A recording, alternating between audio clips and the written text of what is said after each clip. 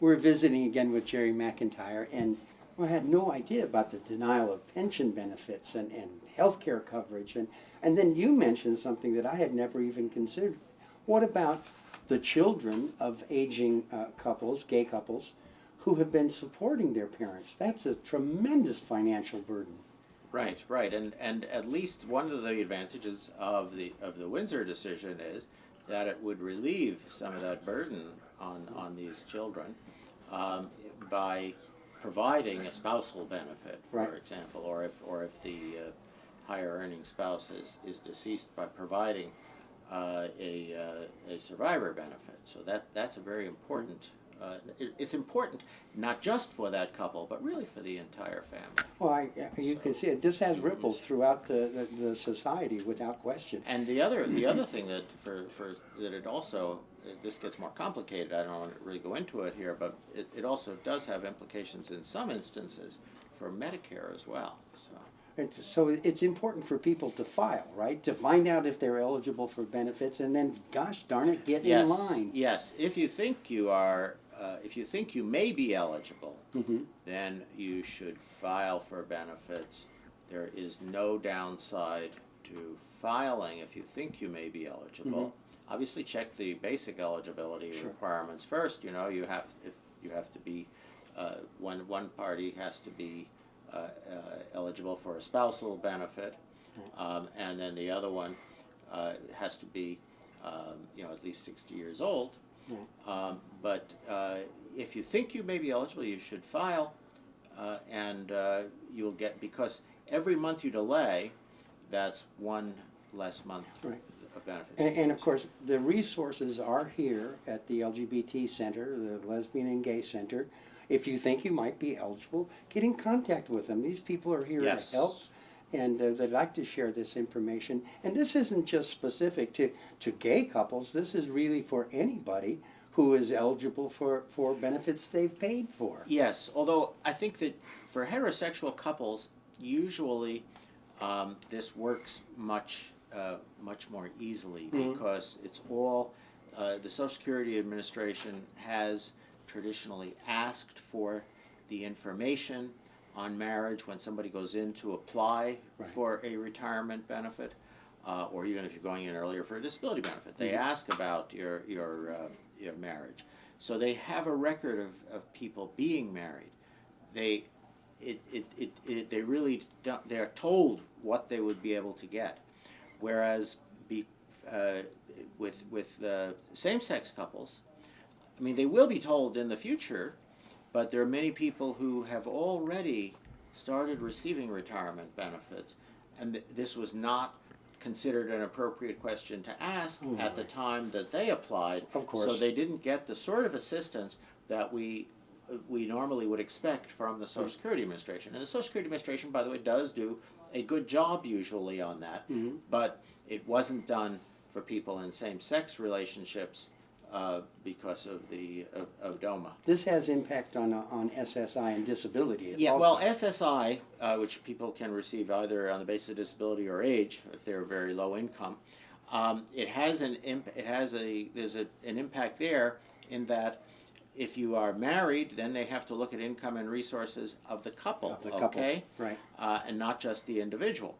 And right now we are seeing some SSI cases here in California and many more across the country that are on hold. They take the application and they are not processing them, even though these people are really in the most serious need, because they all have extremely low incomes and no resources to fall back on. And this is something which we think is improper. And if you see this type of situation, people should contact the LA Gay and Lesbian Center here. They can help to help you out on this. This is not just they're holding these applications not just for people in same-sex marriages, but also for all people in domestic partnerships, same-sex domestic partnerships, same-sex civil unions. That's involves so many people who just don't get around to getting married, and then they don't understand that property rights issues are on the table and benefits. So, look, the important thing, contact people here at the Gay and Lesbian Center, easy to do. Get the information to see if you're eligible, and if you are, get in line, file. Thank you. Now I'd like you to meet two new women friends of mine. First, on my left, we have Sharon Raphael. Sharon, welcome. And to her left is Mina Meyer. Welcome to you both. You guys have been together how long? 43 years in August. Oh my. That's quite a lengthy relationship. Yes. But these, you've had to fight for benefits pretty much all during your relationship, correct? Yeah, the first thing we had to fight for was health care. Health care, of course. Yeah. Yes. And we didn't have, that was the most worrisome because Mina had a lot of health issues. I got you. And so, I felt a big responsibility because Sure. I was the primary breadwinner. I understand, yes. Yeah. And that's one of the issues with Social Security is when you have a relationship, one person is almost always primary, and if they deny you benefits, that can really put people in a pickle. It can. Yeah. Now, Mina, you are a brave person. You took on Social Security and went after them before the Supreme Court decision. Yes. So tell us a little bit about that story. I'd love to hear it. I ran into Jerry McIntyre at some American Society on Aging meetings, and he started talking to us about spousal benefits. And he said, you really ought to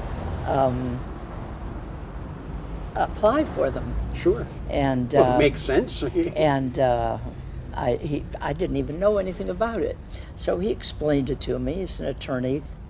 We thought about it for a few months, and then in the December before the DOMA decision, Right. we decided to go ahead and do it. And what happened right away? So I got a turn down within 24 hours, came in the mail. They didn't even have to think about it. They turned it down. And so on the bottom of the letter, it says, you have 60 days to appeal this. Right. Well, I turned right around. I didn't wait 60 days. Good for you. And I appealed. I went ahead and appealed it. The reason for my appeal, I said, was I felt it was unconstitutional. Good for you. And that was the only excuse I had. Right. And so they put it in a pending folder. Yes. And they were going to wait for the decision. Of course. So it just sat there by now it was January. It sat there from January till June, till the Supreme Court made their decision. And in June, I called them. And actually, I think I waited till July because I figured it would take some time for it to go through. Right. And I said, now that the decision's come along, am I going to get some money one of these days?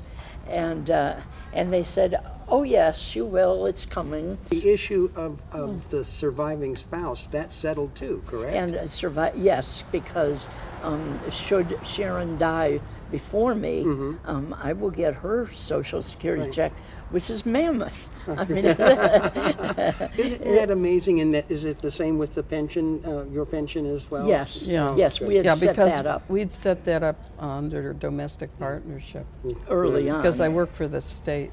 Right. We were talking with some ladies earlier, and they didn't think in their lifetime they'd ever see these changes come to be. How about you guys? Did you think the fight was going to go on?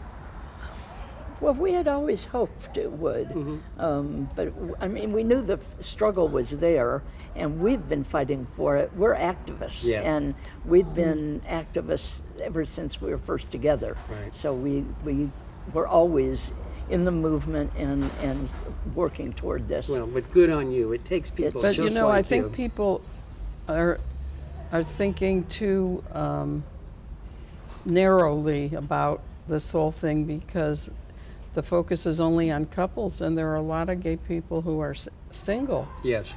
and their needs are not being taken care of. And there are a lot of places where you can't even hold a job and be gay. And so, yes, we have marriage equality now in some states, and there's still, places where they're fighting against that. Sure, absolutely. And I think that, and in terms of the health care, you know, it should be for everyone. Of you course. know. We're talking and about of course, fairness. Obamacare does make it fairer than it was Right. before. And- But there's still, you know, an awful lot of people who are left out. And Sure. I don't think we should become so obsessed with the marriage thing. I mean, there are people who don't necessarily want to be married, Yes. and Yeah. but yeah, they're still dependent on each other. I want to thank both of you for taking the time to visit with us today. It's wonderful to see you, and keep up Thank the you. good fight. Thank you for very having us. much. Thank you.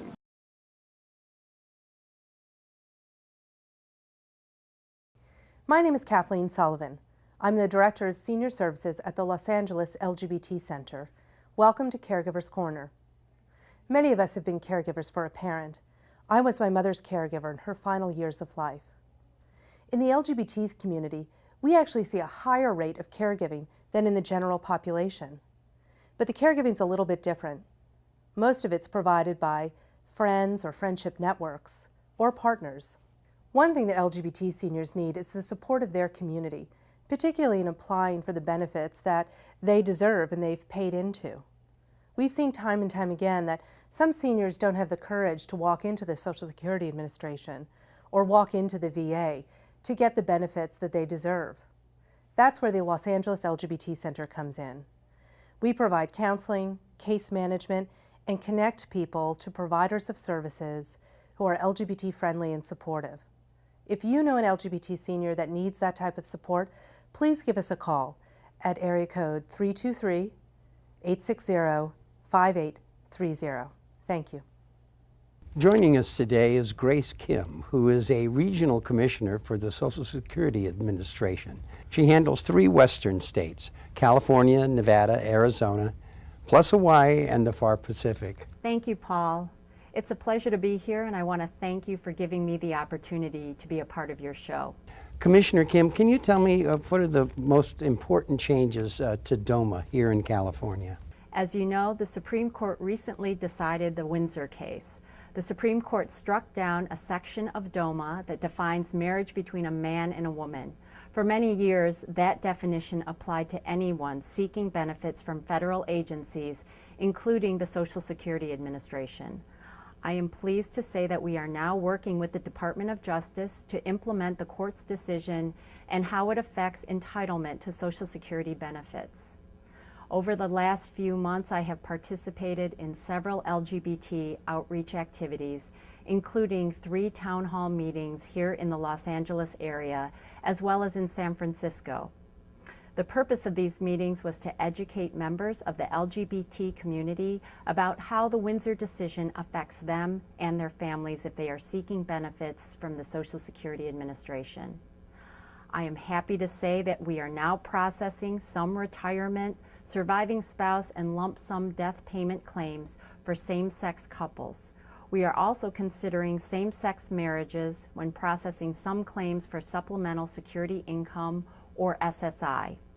For those of you not familiar with this program, SSI is a needs-based program that pays benefits to blind or disabled adults and children, as well as individuals age 65 and older who have limited income and resources.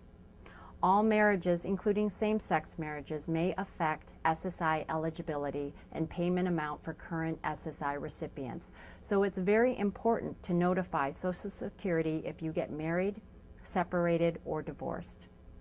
It is also important to note that while the Windsor decision may change how SSA defines a marital relationship, the other application requirements remain the same. SSA's implementation of the Windsor decision is ongoing. SSA is working closely with the Department of Justice to develop additional policy and processing instructions for all of SSA's programs. As I mentioned earlier, SSA is processing some claims based on same-sex marriages, but not all claims. If we are currently unable to process a certain type of claim right now, we will hold it and process it as soon as additional instructions are finalized. What should a person do if they think they're eligible for increased benefits? We have several new ways for the LGBT community to find out what's new at our agency.